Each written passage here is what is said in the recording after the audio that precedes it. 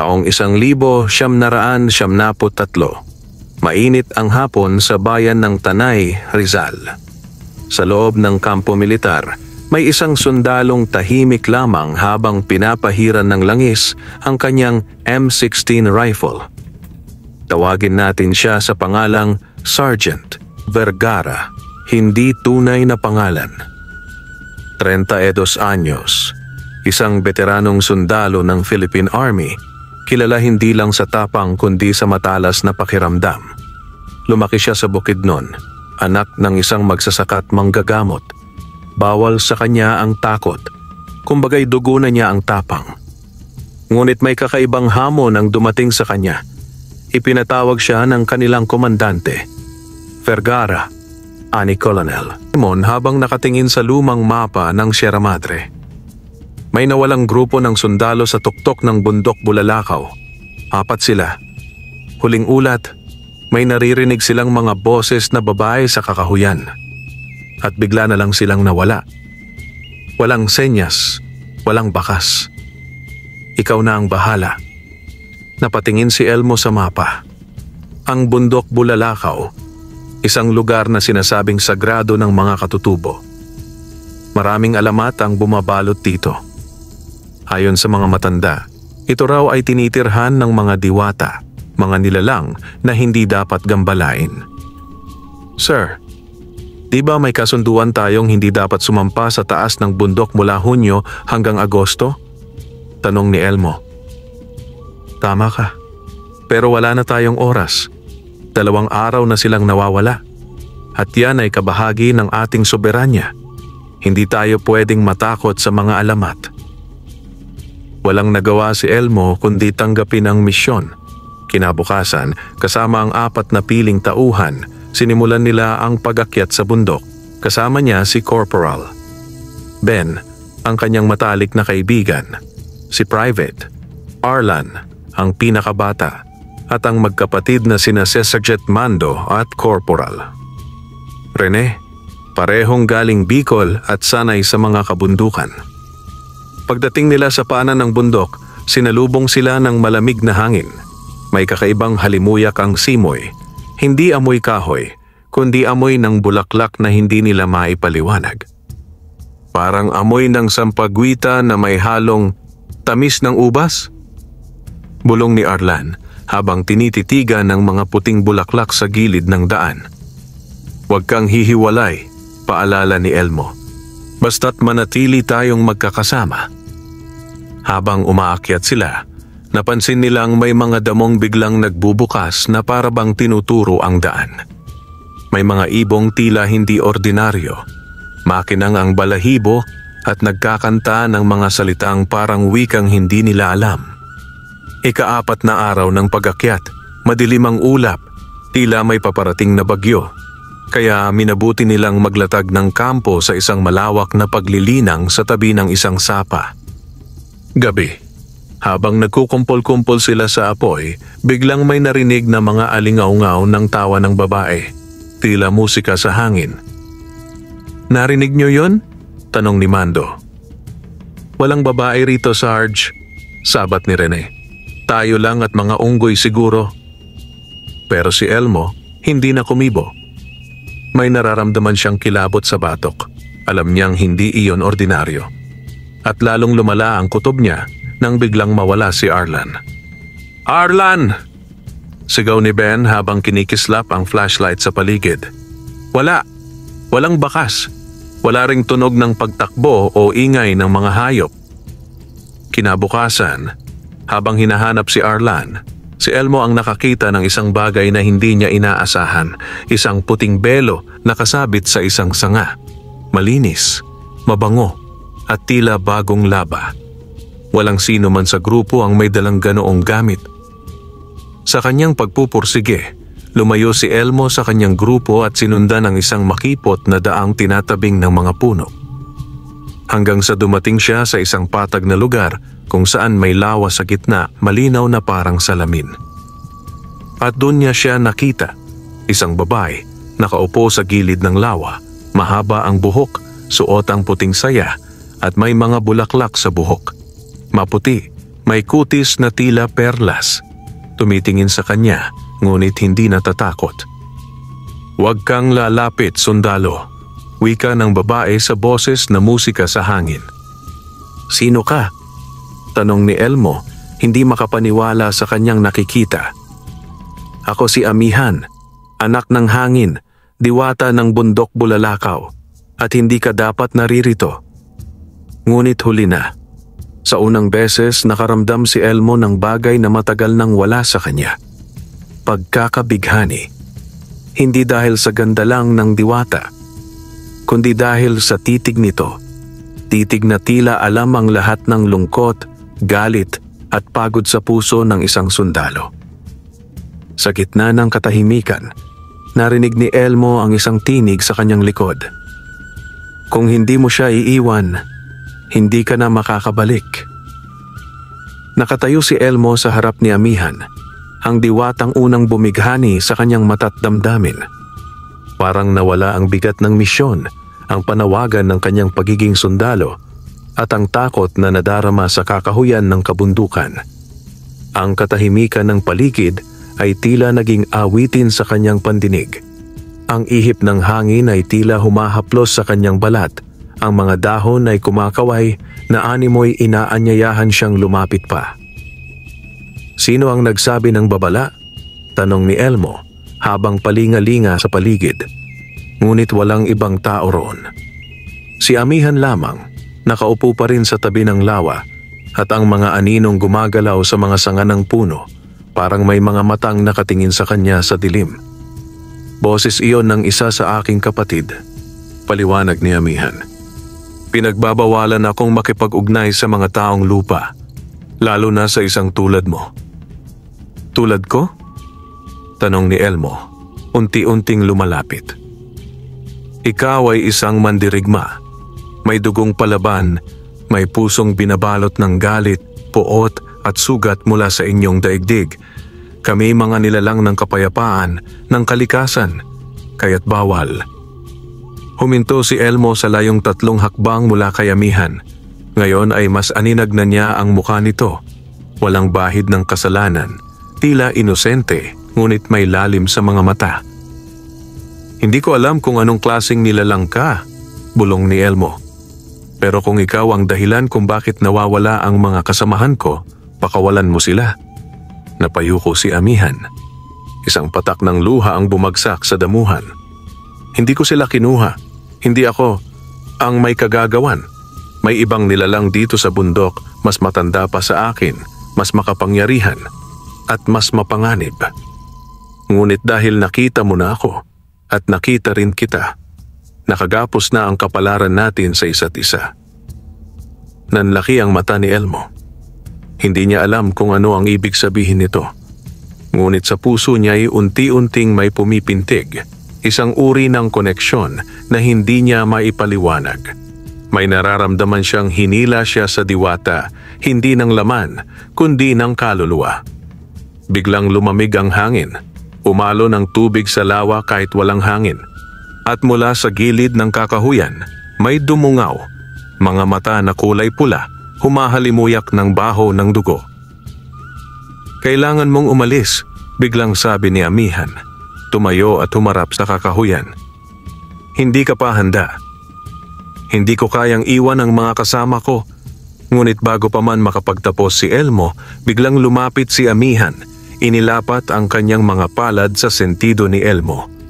Tumigil ang oras, nawala ang ingay, nawala ang paligid.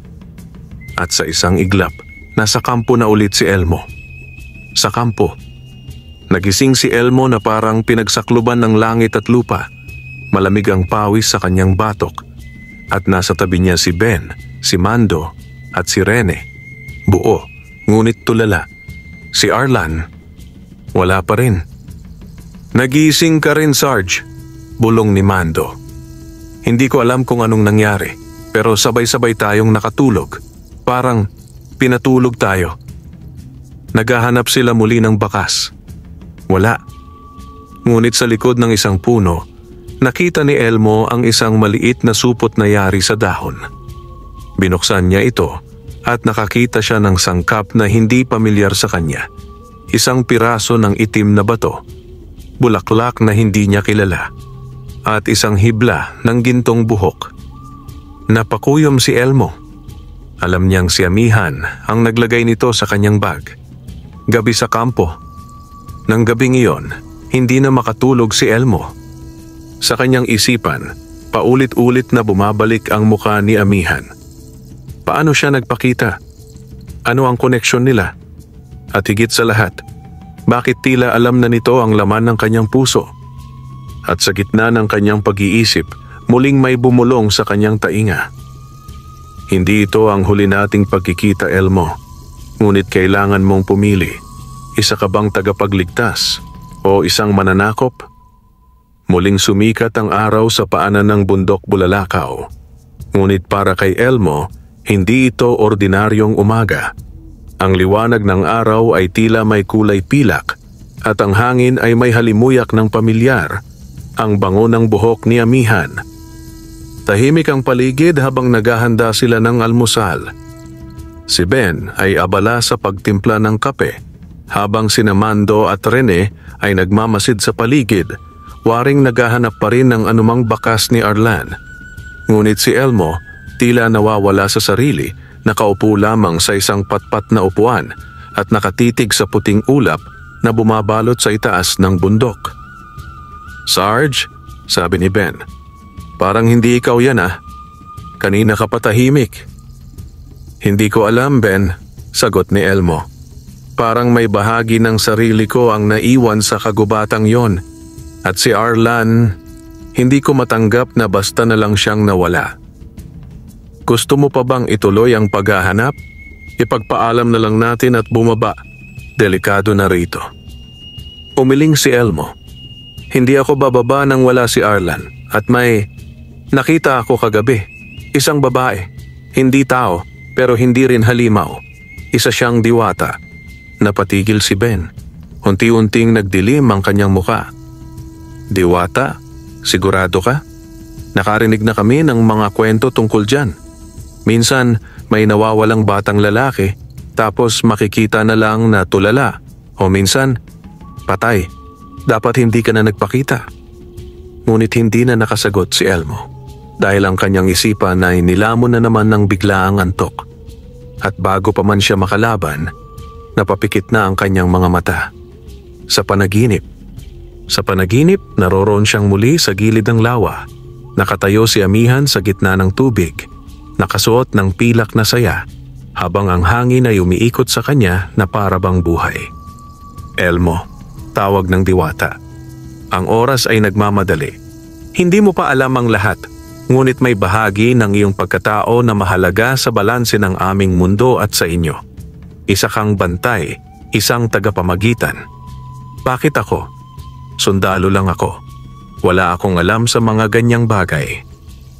Dahil ikaw ay may pusong hindi nasusugatan ng takot, ngunit may sugat na hinahanap ang paggaling. Ikaw ang unang tumingin sa akin, hindi bilang nilalang na dapat katakutan, kundi isang nilalang na dapat unawain." Lumapit si Elmo. Hindi na siya natatakot. Tila bawat salita ng diwata ay bumubura sa mga tanong sa kanyang puso. May kasunduan noon, patuloy ni Amihan, na ang tao at engkanto ay hindi dapat magsanib, ngunit may puwersang sumisira sa kasunduan.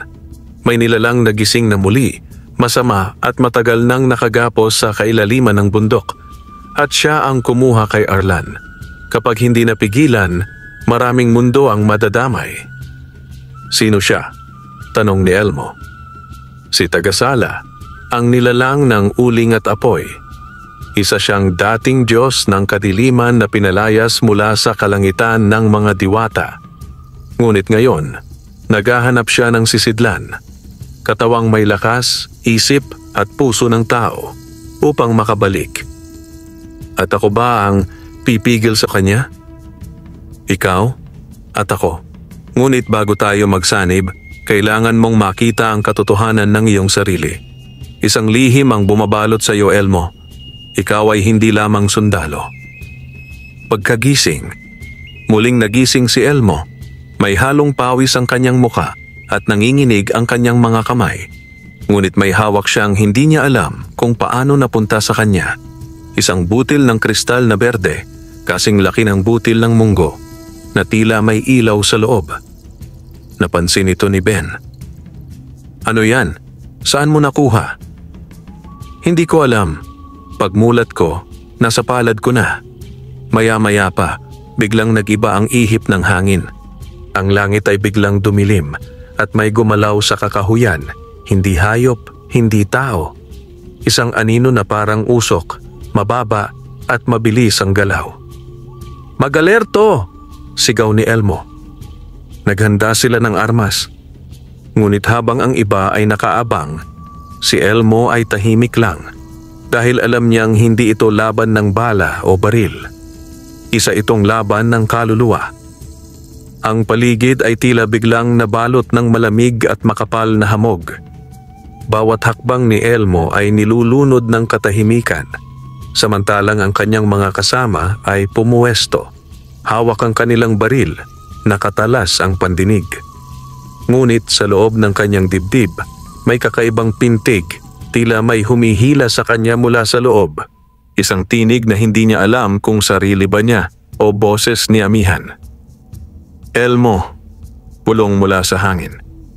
"Tandaan mo ang kristal. Ang liwanag nito ay panangga mo sa dilim." Hawak niya sa kanyang bulsa ang berdeng kristal, kumikislap-kislap sa loob. Parang may apoy na berdeng sumasayaw. Nang ilabas niya ito, nagsimulang umurong ang hamog sa paligid. "Ano yan?" bulong ni Ben habang sinisilip ang liwanag mula sa palad ni Elmo. "Hindi ko rin alam," sagot ni Elmo. "Pero pakiramdam ko, ito ang magliligtas sa atin." Biglang sumigaw si Rene mula sa kanang bahagi ng kampo. "May dumaan sa likod ng puno!" Sabay-sabay silang tumutok ng armas. Ngunit bago pa man sila makalapit, may isang aninong sumulpot, hindi siya tao. Isa itong nilalang na parang usok na may hugis ng matandang lalaki, may mahahabang kuko, mata na kulay pula, at bibig na bumubuga ng itim na usok. "Ako ang nagbabantay sa kadiliman. Ang ginising ay hindi na muling matutulog." Sumugod ang anino kay Mando at bago pa man ito makakilos ay naitulak siya palayo, tumilapon siya sa puno at nawalan ng malay. "Mando!" sigaw ni Rene habang pinapaputukan ng sunod-sunod ang nilalang. Ngunit tila walang epekto, ang bala dumadaan lamang ito sa usok ng nilalang. Napasigaw si Ben. "Elmo! Gamitin mo yung batong hawak mo!" At doon, naramdaman ni Elmo ang matinding init mula sa kanyang palad. Ang berdeng kristal ay biglang kumislap ng matindi at sa kanyang paningin, unti-unting bumagal ang galaw ng lahat, parang tumigil ang oras. Sa gitna ng dilim, nakita niya ang sariling nakatayo, nakapaligid sa kanya ang mga hugis ng mga hayop, isang agila, isang ahas, at isang lobo. Mga anino ng kalikasan na waring pumapailan lang sa paligid niya. Isang panibagong tinig ang narinig niya, mas malalim, mas matanda kaysa kay amihan. "Ikaw ay hindi lamang sundalo, Elmo. Ikaw ay tagapagmana ng bantay likas. Ang iyong puso ay may pintig ng gubat. Sa iyo ipinasa ang kapangyarihang matagal nang natulog." At sa isang iglap, parang nasa niba ng enerhiya si Elmo. Tumibok ang lupa, umalon ng hangin, at mula sa kanyang katawan ay lumabas ang isang bugso ng liwanag na tumama sa nilalang na usok. Napasigaw ito, gumapang paatras, at biglang naglaho, iniwan ang tunog ng umuungol na daing.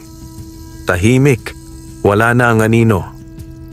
Dahan-dahang lumapit si Elmo sa kanyang mga kasamahan. Si Mando ay gising na, pero nanghihina. Si Ben at Rene ay pareho ring nabigla sa nasaksihan. "Anong nangyari sa iyo, Sarge?" tanong ni Rene. "Para kang hindi na tao." "Ni ako, hindi ko alam," sagot ni Elmo. "Pero hindi pa ito tapos. May mas masahol pa kaysa sa aninong yon. At kailangan nating matuklasan kung nasaan si Arlan bago sila." gamitin siya. Ang pag-amin ni Amihan. Habang nagpapahinga ang grupo, muling naidlip si Elmo. Sa kanyang panaginip, nakita niya si Amihan. Nakaupo sa isang mataas na bato. Ang kanyang buhok ay tinatangay ng hangin. Sa likuran niya, ang bundok bulalakaw ay tila may liwanag na nagmumula sa ilalim. Salamat, Anya, sa pagbangon sa liwanag sa loob mo. Ngunit nagsisimula pa lamang ang gulo, Elmo. Si Tagasala ay gising na. At sa bawat oras na lumilipas, palakas siya ng palakas. Bakit si Arlan? Anong kinalaman niya sa lahat ng ito? Napayuko si Amihan. May lungkot sa kanyang muka. Dahil siya ay inosente. At siya ay may katawan na kayang tanggapin ang lakas ni Tagasala. Kapag natuloy ang pagsanib, magiging sisidlan siya ng kadiliman at wala nang makakabawi sa kanya. Kung gayon, tulungan mo ako, bulalas ni Elmo. Sabihin mo sa akin kung nasaan siya. Dadalhin ko ang aking mga kasama at babawiin namin si Arlan. Dahan-dahang lumapit si Amihan at inilagay ang kamay sa dibdib ni Elmo. May paraan, ngunit hindi ka na makakabalik na tulad ng dati. Sa daang ito, maaaring kailangan mong isuko ang pagiging tao para mailigtas ang mga minamahal mo. Gabi. Walang buwan. Tahimik ang paligid, ngunit hindi payapa para bang ang mismong hangin ay may tinatagong babala. Sa gitna ng madilim na kagubatan sa bundok bulalakaw, nakalatag ang kampo ni Elmo at ng kanyang mga kasama. Ngunit walang himbing sa kanilang mga mata. Tila lahat sila'y nakakaramdam ng paparating na unos. Si Elmo nakaupo sa ilalim ng punong nara, tahimik at may hawak pa ring mahigpit sa berdeng kristal. Sa isip niya paulit-ulit ang sinabi ni Amihan. Maaring kailangan mong isuko ang pagiging tao para mailigtas ang mga minamahal mo. Ano ang ibig sabihin nito? Siya ba ay isa ng nilalang na hindi ganap na tao? May dugo ba siyang may halong mahika? At bakit siya? Habang siya ay nag-iisip, lumapit si Ben. Dala ang kumukulong kape. Hindi pa ako nagkakape ng ganito kaseryoso ang mukha mo, Elmo. Anong iniisip mo? Ben, may tanong ako. Naaalala mo pa ba ang tatay ko? Yung ermitanyong manggagamot sa Bukidnon? Oo, kahit minsan lang tayong nakarating sa inyo. Bakit? May mga kwento siyang sinabi noong bata pa ako. Mga nilalang sa gubat, mga diwata, mga bantay. Akala ko noon, katang-isip lang. Pero ngayon, pakiramdam ko, may totoo ron. Sa tingin mo, ikaw ay isa sa kanila? Umiling si Elmo. Hindi ko alam, pero may isang pangitain si Amihan. Sabi niya, ako raw ay tagapagmana ng Bantay Likas. At ang kristal na ito galing yan sa kanya. Pero parang may nakakakilalang bahagi ng sarili ko rito. Ang matandang lumitaw. Biglang umihip ang malamig na hangin. Umangat ang mga tuyong dahon sa lupa. At sa harap mismo ng kanilang kampo, mula sa anino ng punong kahoy, may lumitaw na matandang nakasuot ng kulay kahoy na balabal. May mahaba't puting balbas at tungkod na may ukit ng mga hayop. Nagulat ang buong grupo. Halos napaputok si Rene ng baril kung hindi lamang pinigil ni Elmo. Wag, hindi siya kaaway. Bulong ni Elmo, hindi niya alam kung bakit ito nasabi, pero may boses sa kanyang loob na nagsabi niyon. Ngumiti ang matanda.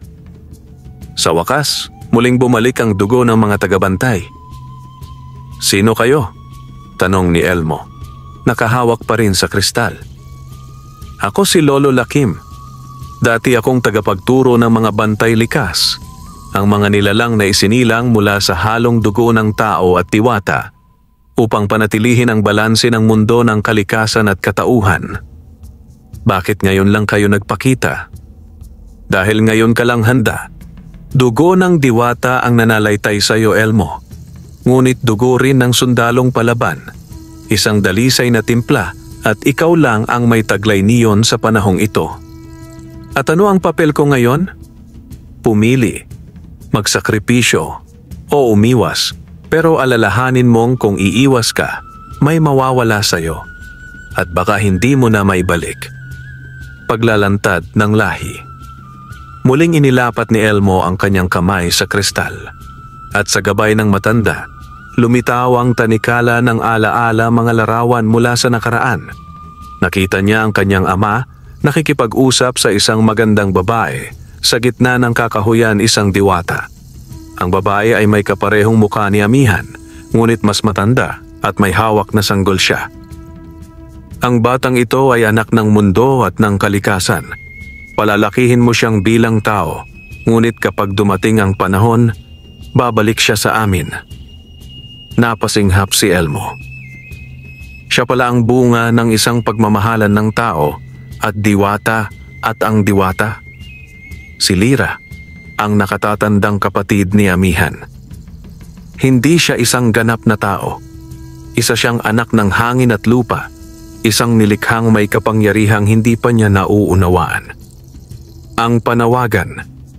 Matapos ang pagbubunyag, muling lumapit si Lolo Lakim. Hindi ka na maaaring manatili sa gitna. Kailangan mong umakyat sa pusod ng bundok Bulalakaw, doon nakaimbak ang huling pitak kung saan gising si Tagasala. At doon rin itinago si Arlan. Paano ko mararating iyon? Tanong ni Elmo. Sa tulong ng gabay, isa sa mga diwata ay magpapakita sa iyo sa tamang oras. Ngunit dapat kang magpasya, handa ka bang iwan ng pagkatao mo upang iligtas ang isang kaibigan? Napatingin si Elmo sa kanyang mga kasama. Napatingin siya kay Ben, sa duguang balikat ni Mando, at sa kawalang pag-asa sa mukha ni Rene. Tumayo siya, hinarap ang liwanag ng silangan. Kung ito ang kailangan, kung ito ang kapalit ng buhay ng kasama ko, handa akong maging bantay likas.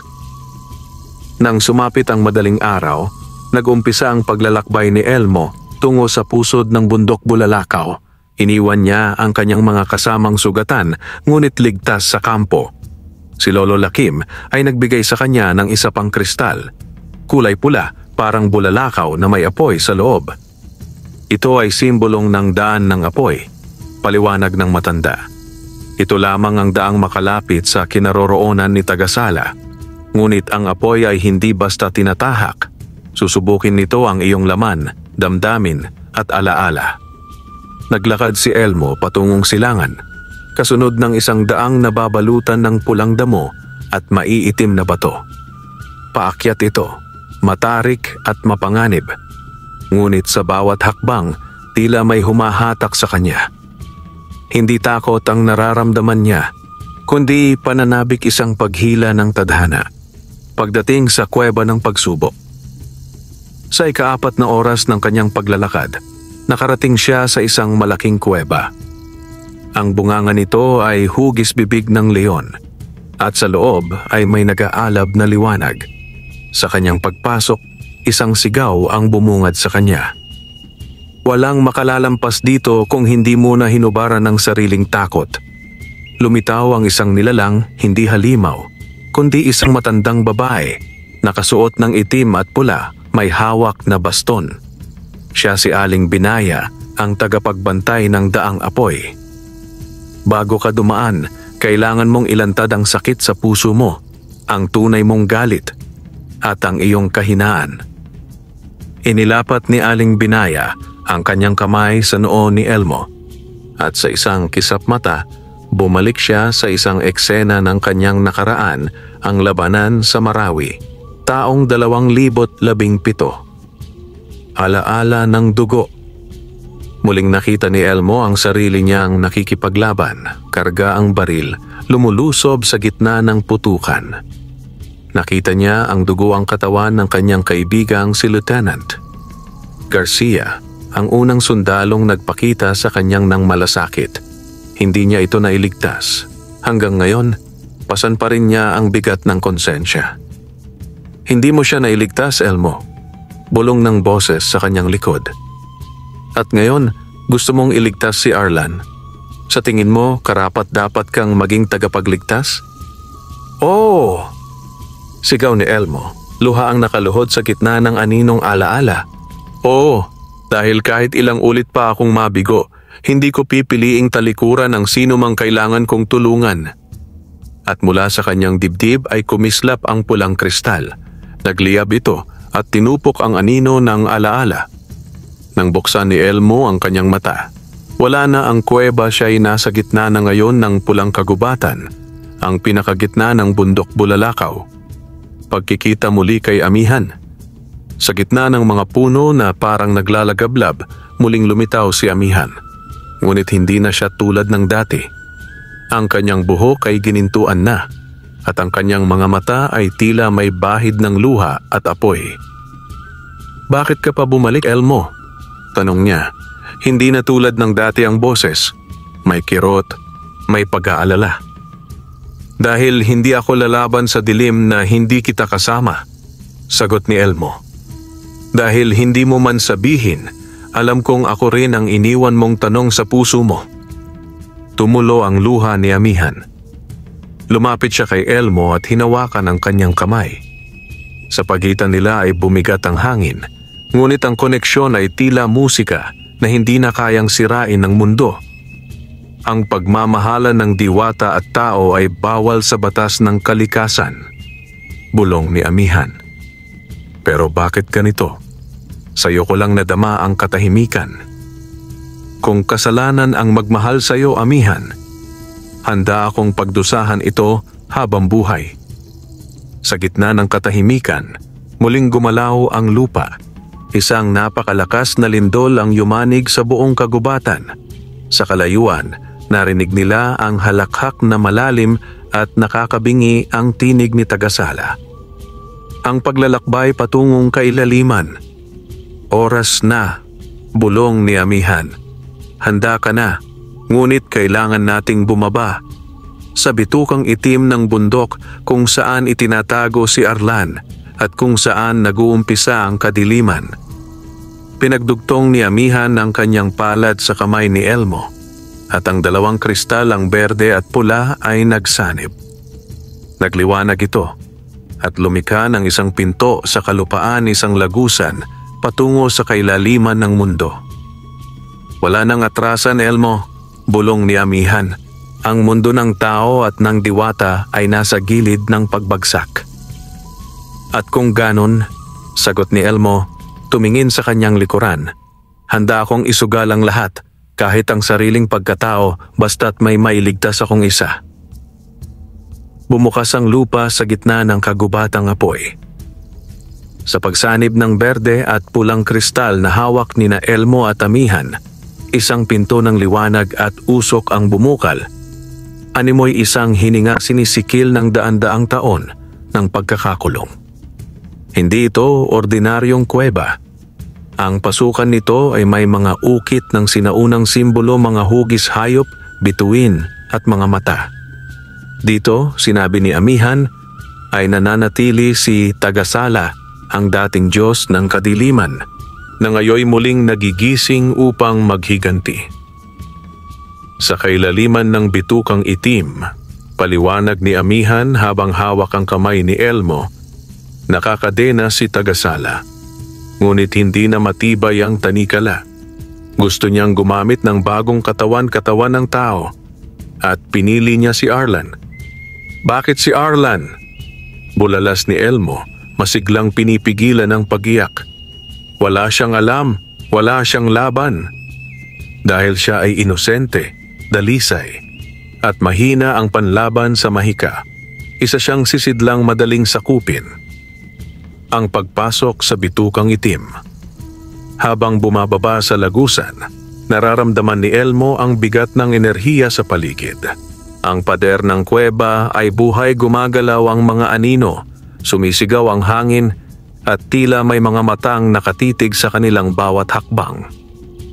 Pagdating nila sa unang silid, nakita nila ang 3 malalaking estatwa na mukhang diwata. Ngunit ang mga mata ay bulag at umiiyak ng itim na luha. Sila ang 3 nagbantay, sabi ni Amihan. Mga diwata na isinakripisyo ang sarili upang hindi makalabas si Tagasala.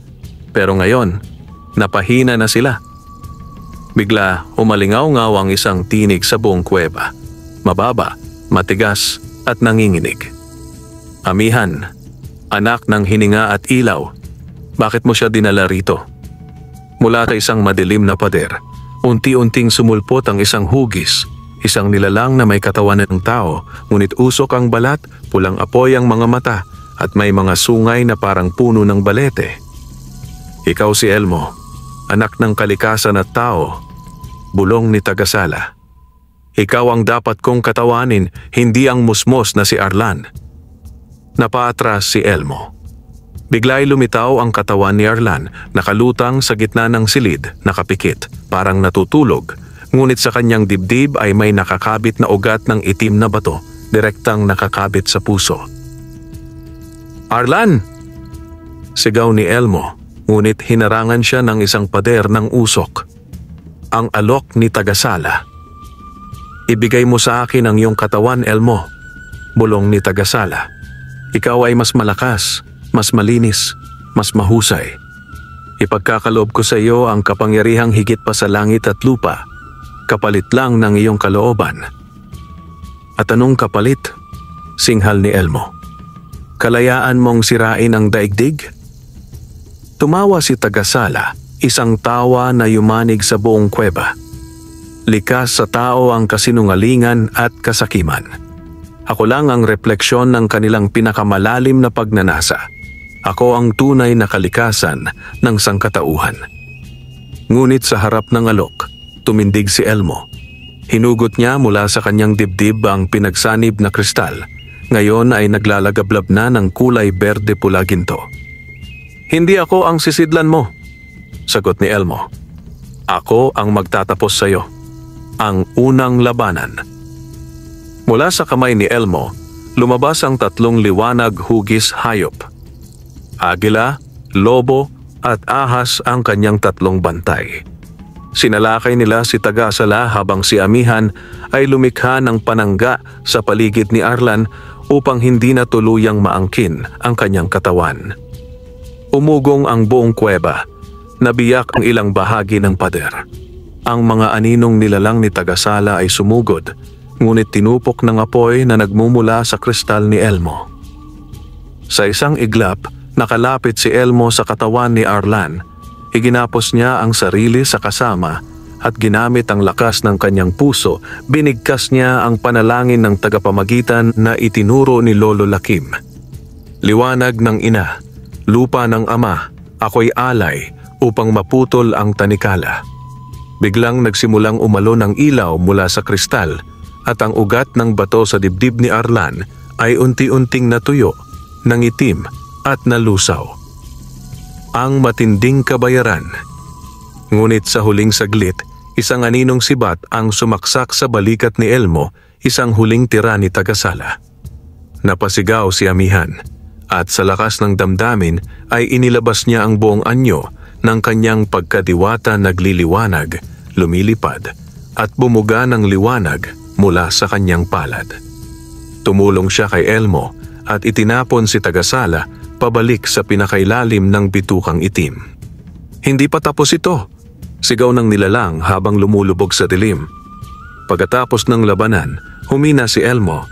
Luhod siyang napayuko sa tabi ni Arlan na ngayoy unti-unti nang nagkakamalay. Sarge? Mahinang sambit ni Arlan. Anong nangyari? Napaluha si Elmo. Wala, ligtas ka na, bunso. 3 araw ang lumipas mula nang iligtas ni Elmo si Arlan mula sa bitag ni Tagasala sa kailaliman ng bundok Bulalakaw. Muling sumilay ang liwanag sa gubat na minsang binalot ng usok at kadiliman. Ang mga ugat na itim sa paligid ng bundok ay nagsimulang matuyo at ang mga hayop ay unti-unting nagbalik sa kanilang mga tirahan. Ngunit sa puso ni Elmo may digmaan pang hindi tapos. Pagbabalik sa kampo. Sa pagbabalik ni Elmo at Amihan, kasama si Arlan, sinalubong sila ng mga kasamahan sina Ben, Mando at Rene.